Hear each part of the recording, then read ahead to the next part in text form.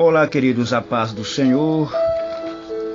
Eu sou o pastor Matos e estou de volta para darmos continuidade à nossa lição, a lição de número 3,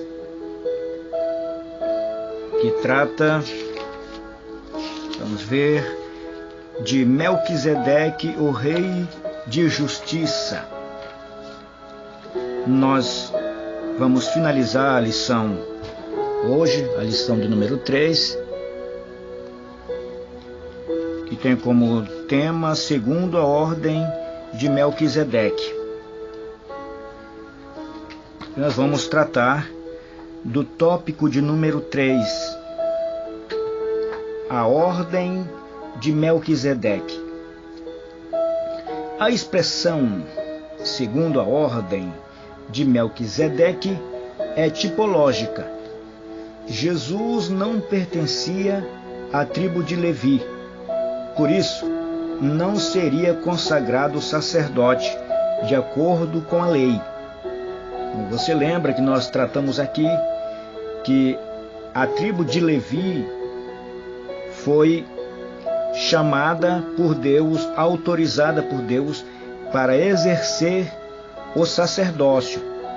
Ainda que outros, como nós já vimos, tivessem vontade, desejo de participar deste ministério abençoado e maravilhoso, não podiam porque, por determinação de Deus, somente as pessoas, os descendentes, participantes, membros da tribo de Levi tinham esse direito.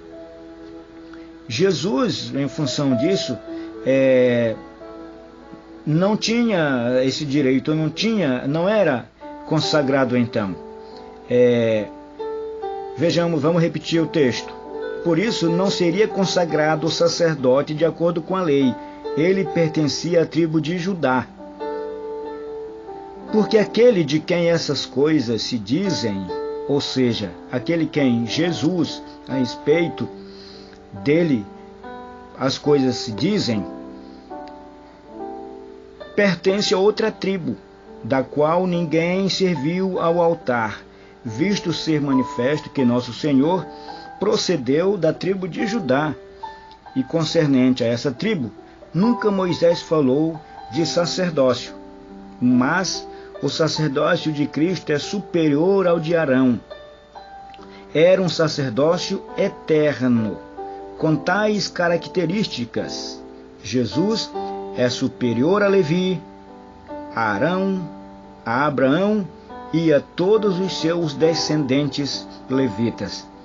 Nós já tratamos isso aqui, que Jesus, por ser o Filho de Deus, por Jesus ser imaculado, santo por natureza, capaz de cumprir a lei, Jesus não tinha falhas, não tinha faltas.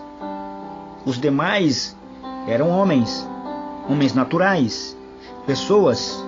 Jesus não. Jesus era Deus.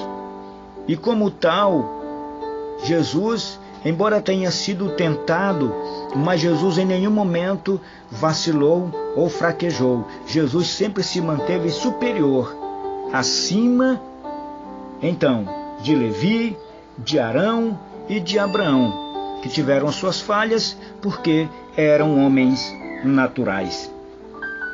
A conclusão da nossa lição diz assim: a Bíblia registra a história de homens que tiveram papel importante na história. Melquisedeque foi um desses. Apareceu de forma inesperada e desapareceu da mesma forma. Melquisedeque não se sabe de onde, como a própria Bíblia diz, não se conhece a sua descendência, a sua origem. Ele apareceu. E da mesma forma que Melquisedeque apareceu, ele também desapareceu. Não se sabe de que forma, de que maneira, como ocorreu, como que ele morreu, enfim, não se tem dados, não se tem fatos que confirmem alguma coisa a respeito de Melquisedeque.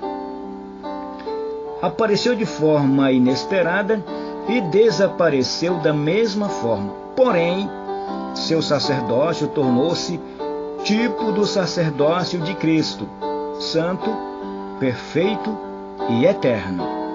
Melquisedeque morreu. Ainda que não se saiba como e quando isto aconteceu.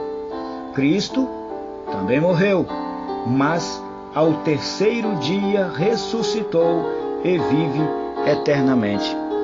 Aí está mais um ponto especial que envolve o sacerdócio de Jesus. Todos os sacerdotes da tribo de Levi, descendente de Arão, e que fizeram um belo serviço, um belo trabalho, exerceram o ministério, o sacerdócio com muita dedicação, faleceram e continuam até hoje. Mas o sumo sacerdote Jesus não. É diferente. Jesus morreu, mas ao terceiro dia ressuscitou e subiu, está à destra de Deus, vivo e vivo para todo sempre.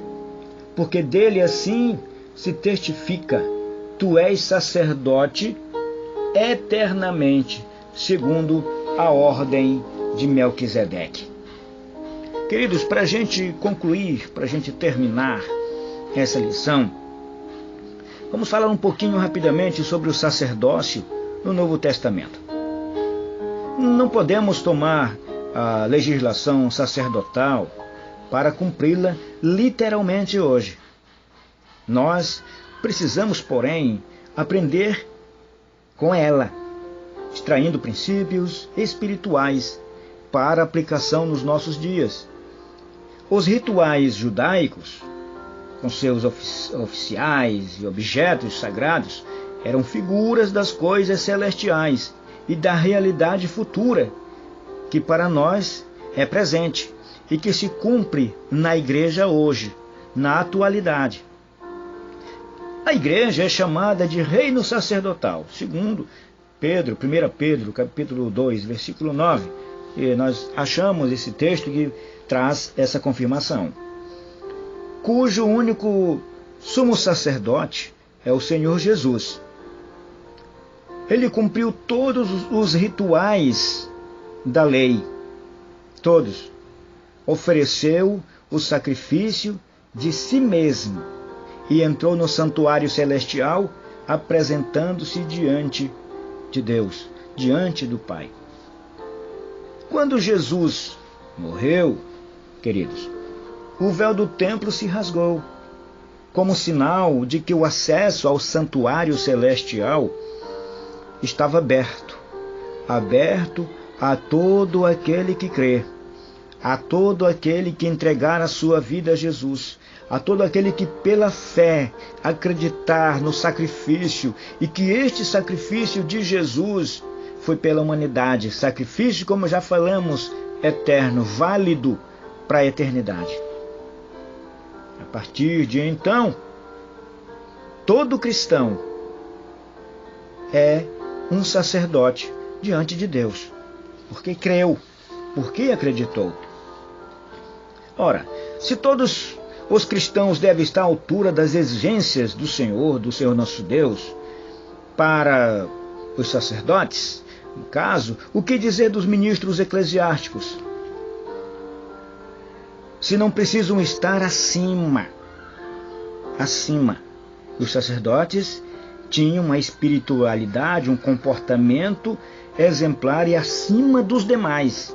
Era necessário, era preciso ser assim.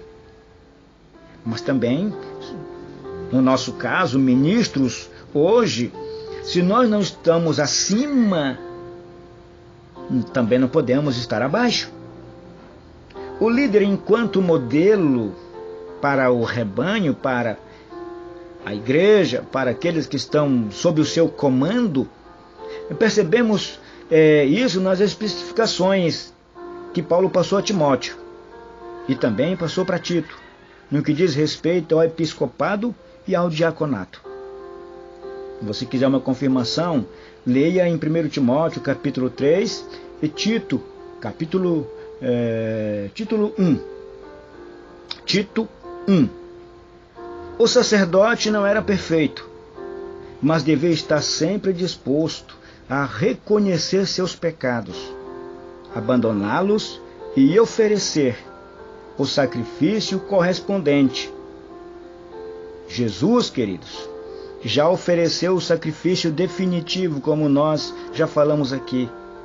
O que nós precisamos, então, é de uma apropriação pela fé dos méritos do Calvário, do sacrifício de Jesus, que nos limpam e nos colocam em condições de entrarmos no santuário de Deus.